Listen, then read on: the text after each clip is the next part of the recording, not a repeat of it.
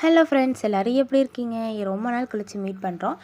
இன்றைக்கி சின்ன lunch menu என்னென்னு பார்த்தோம்னா, இன்றைக்கி தை அமாவாசை இல்லையா? அதனால் நம்ம வீட்டில் என்னென்ன லன்ச் மெனுன்னு பார்க்கலாம் வாங்க. ஃபஸ்ட்டு பார்த்தோம்னா ஒயிட் ரைஸ் இருக்கு இல்லையா? அது சோறு வடித்து தான் நம்ம வீட்டில் வைப்போம். அதனால் சாப்பாடு ஒயிட் ரைஸ் வச்சாச்சு.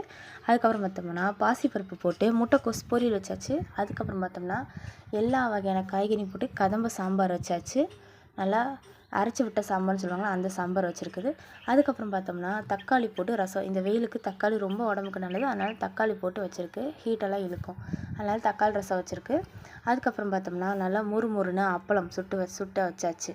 அதுக்கப்புறம் பார்த்தோம்னா இதெல்லாம் பார்த்தோம்னா சாமிக்கு படைச்சி நம்ம சாமியெல்லாம் கும்பிட்டு விளக்கெல்லாம் ஏற்றியாச்சு. விளக்கெல்லாம் ஏற்றி அதெல்லாம் கொண்டு போய் காக்காய்க்கு படைச்சி வச்சாச்சு. ஓகே ஃப்ரெண்ட்ஸ், உங்கள் வீட்டில் யார் வீட்டிலலாம் இந்த மாதிரி ஒவ்வொரு அமாவாசைக்கும் ஃபாலோ பண்ணுங்க, மறக்காமல் கமெண்ட் பண்ணுங்கள்.